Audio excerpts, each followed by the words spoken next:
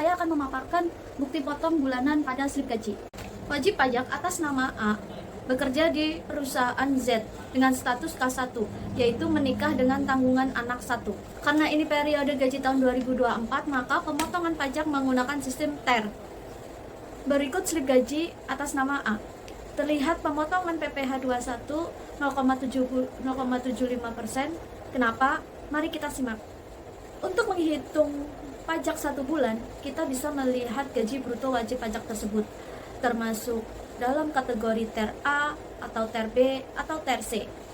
Gaji bruto di samping terlihat nominal mencapai 6,9 juta. Dengan status K1, nominal gaji bruto 6,9 juta, maka lapisan pajaknya termasuk dalam kategori B dengan range 6,8 juta sampai dengan 7,3 juta, dipotong pajak sebesar 0,75%. Perhitungan pajak PPh final ini yaitu perhitungan pajak selama 1 tahun untuk memastikan kita kurang bayar atau lebih bayar. Semua gaji bruto selama 1 tahun termasuk THR dikurangin pengurangnya dan PTKP sama dengan penghasilan kena pajak. Lalu kita hitung lapisan kena pajaknya berdasarkan Undang-Undang HPP. Selanjutnya akan dibahas secara terperinci di SPT tahunan. Pada slide ini kita bisa melihat struktur atau bagian penting dari bukti potong tahunan PPh 21. Yang pertama, di bagian atas terdapat NPWP, NITKU, dan nama pemotong, yaitu identitas pemberi kerja atau perusahaan. Di bagian tengah terdapat identitas penerima penghasilan, yaitu karyawan atau wajib pajak yang menerima penghasilan. Lalu terdapat bagian utama, yaitu rincian penghasilan dan perhitungan PPh pasal 21, yaitu memuat rincian gaji, tunjangan, potongan, hingga pajak yang dipotong. Dan yang terakhir adalah identitas penandatangan sebagai bentuk pengesahan dari pihak pemotong pajak. Ini contoh pengisian sesuai dengan identitas dan data yang saya jelaskan di slide sebelumnya. Selanjutnya di sini ada penghasilan bruto, yaitu total penghasilan kotor sebelum dikurangi potongan apapun. Jadi penghasilan bruto sama dengan gaji pokok ditambah tunjangan, ditambah premi asuransi yang dibayar pemberi kerja, ditambah bonus, gratifikasi, jasa produksi, dan THR. Bisa dilihat gaji di sini 66.820.866, ditambah tunjangannya 13.041.958, ditambah asuransinya 3.387.324, ditambah bonusnya 7.077.000. Jadi jika ditotalkan 90.327.148. Pengurangan di sini adalah biaya jabatan atau biaya pensiun ditambah iuran hari tua.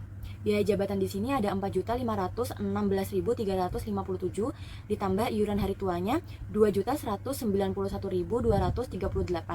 Jadi jika dijumlahkan 6.707.595. Jumlah penghasilan neto sama dengan penghasilan bruto dikurang pengurangan. Penghasilan bruto di sini 90.327.148 dikurang pengurangan 6.707.595. Jadi jika dijumlahkan penghasilan neto sama dengan 83.619.553. Baik, di sini kita mendapatkan penghasilan neto sebesar Rp83.619.553. Lalu, kita menghitung PKP-nya dengan status K1, di mana PTKP-nya di Rp63 juta. PKP ini merupakan penghasilan neto dikurangi dengan PTKP, maka neto dikurangi dengan K1 yaitu Rp83.619.553 dikurangi 63 juta dan hasilnya adalah Rp20.619.000. Selanjutnya, kita hitung PPh 21 terutangnya. Karena PKP berada di 5%, maka 5% ini dikalikan dengan PKP-nya yaitu Rp20.619.000. Hasilnya ada di Rp1.030.950. Nah, PPh pasal 21 dipotong yaitu Rp1.100.507. Di sini terjadi lebih bayar sebesar Rp69.557. Lalu di bagian akhir terdapat identitas penanda tangan. Langkah-langkahnya adalah yang pertama, login ke laman djponline.pajak.go.id.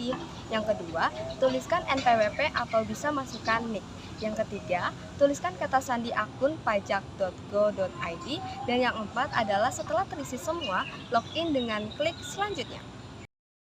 Lakukan verifikasi melalui email atau SMS, selanjutnya masukkan kode verifikasi. Nah, jika berhasil, akan muncul tampilan kartu NPWP elektronik. Selanjutnya, untuk melaporkan SPT tahunan, tekan laporan, tekan gambar e-filing untuk melakukan pelaporan SPT tahunan. Tekan buat SPT untuk pelaporan SPT tahunan. Nah, selanjutnya pilih tidak jika seorang pegawai atau karyawan. Pilih tidak jika menjalankan kewajiban bergabung antara suami istri. Pilih tidak jika penghasilan kotor minimal 60 juta setahun. Untuk mempersingkat laporan, pilih dalam bentuk formulir. Untuk mengisi SPT, tekan SPT 1770S dengan formulir untuk mengisi SPT pajak. Pilih status SPT tahun, normal atau pembetulan. Tekan tambah jika memperoleh penghasilan yang dikenakan PPh final dan atau bersifat final.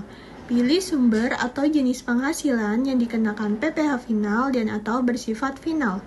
Tuliskan DPP atau penghasilan bruto. Tuliskan PPh terutang.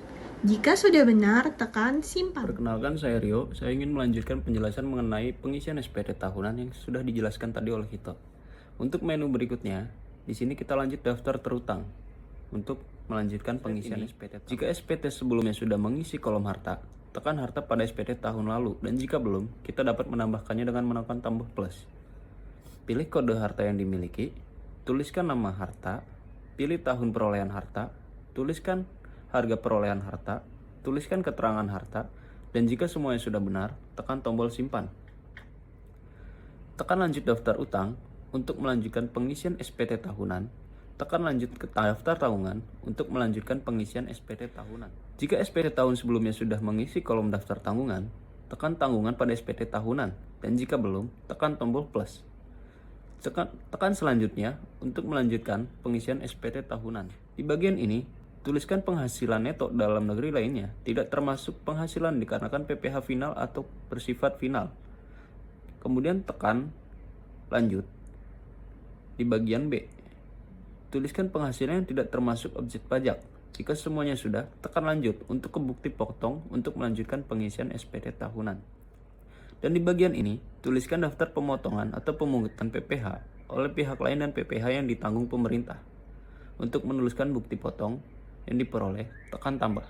Gambar ini menjelaskan proses pengisian data bukti potong PPh 21 baru pada sistem DCP. Pengguna diminta untuk memilih PPh pasal 21 sebagai jenis pajak, melihat dan mengisi data dari bukti potong yang diberikan oleh pemberi kerja atau perusahaan yang meliputi NPWP, nomor bukti, tanggal bukti, jumlah PPh yang dipotong. Setelah semua data terisi dengan benar, pengguna harus menekan tombol simpan. Ini adalah panduan singkat untuk mengisi bagian identitas dan penghasilan neto dalam proses pengisian SPT tahunan secara elektronik di DJP. Bagian identitas tampilan atas, pengguna diminta untuk memilih status perkawinan yaitu tidak kawin atau kawin. Setelah memilih, pengguna harus menekan tombol lanjut ke A untuk melanjutkan ke pengisian SPT tahunan. Bagian A, penghasilan neto tampilan bawah, pengguna perlu melihat bukti potong 1721A1 atau A2 nomor 12 dan memasukkan nilai penghasilan neto yang tertera seperti angka yang diberikan, yaitu 127.011.178. Setelah memasukkan data, pengguna harus menekan tombol lanjut ke B untuk melanjutkan ke pengisian SPT. Adalah panduan untuk mengisi bagian penghasilan kena pajak dan PPh terutang dalam proses pengisian SPT tahun secara elektronik di DJP. Bagian B, penghasilan kena pajak. Pengguna perlu memilih status penghasilan tidak kena pajak, PTKP, atau junah tanggungan. Sistem akan menampilkan penghasilan kena pajak yang dihitung berdasarkan input sebelumnya. Setelah itu, pengguna harus menekan tombol lanjut ke C untuk melanjutkan ke pengisian SPT tahunan berikutnya. Bagian C, PPh terhutang. Bagian ini menampilkan perhitungan PPh terhutang berdasarkan data yang telah dimasukkan sebelumnya. Setelah meninjau perhitungan, pengguna harus menekan tombol lanjut ke D untuk melanjutkan ke pengisian SPT. Ini adalah panduan singkat untuk mengisi bagian E, PPh kurang atau lebih bayar dalam proses pengisian SPT tahunan secara elektronik di DJP. Bagian E, PPh kurang atau lebih bayar. Pada bagian ini akan ditampilkan status SPT tahunan Anda, apakah nihil, lebih bayar, atau kurang bayar. Setelah melihat status, pengguna harus menekan tombol lanjut ke E atau mungkin tombol navigasi selanjutnya yang relevan tergantung pada flow aplikasi untuk melanjutkan ke pengisian SPT tahunan berikutnya. Bagian E, PPh kurang atau lebih bayar, tampilan bawah lanjutannya Ini adalah kelanjutan dari bagian E, di mana mungkin ada opsi untuk memilih jenis pengembalian atau tindakan terkait status kurang atau lebih bayar. Setelah penyelesaian bagian ini atau opsi yang relevan seperti yang ditunjukkan oleh panah ke arah drop down, pengguna harus menekan tombol lanjut ke pernyataan untuk melanjutkan ke tahap akhir pengisian SPT tahunan, yaitu bagian Tampilan setelahnya, ketik kode verifikasi yang diperoleh dari email atau SMS pada kolom yang disediakan. Lalu ketik kirim SPT. Setelah mengirim SPT, cek kembali email untuk bukti penerimaan elektronik. Ini adalah bukti penerimaan elektronik dari Filing Direktur Jenderal Pajak. Bukti ini menunjukkan bahwa Anda telah berhasil melaporkan SPT tahunan Anda secara elektronik pada tanggal 30 Maret 2025 untuk tahun pajak 2024. Jenis SPT yang dilaporkan adalah 1770S dengan status lebih bayar sebesar Rp69.557. Alur tahapan pelaporan yang diberikan ini adalah urutan langkah-langkah dalam pelaporan SPT surat pemberitahuan tahunan secara elektronik. Yang pertama ada login akun, memulai dengan memasukkan ke akun Anda di situs web resmi pajak. Yang kedua, pilih SPT, memilih jenis SPT yang akan dilaporkan. Yang ketiga, isi formulir, mengisi data-data yang diperlukan pada formulir SPT. Keempat, minta kode verifikasi, meminta kode verifikasi yang biasanya dikirim melalui email atau SMS. Yang kelima, kirim formulir SPT, mengirimkan formulir SPT setelah diisi dan diverifikasi. Yang kelima, tanda terima SPT, menerima bukti atau tanda terima bahwa SPT Anda telah berhasil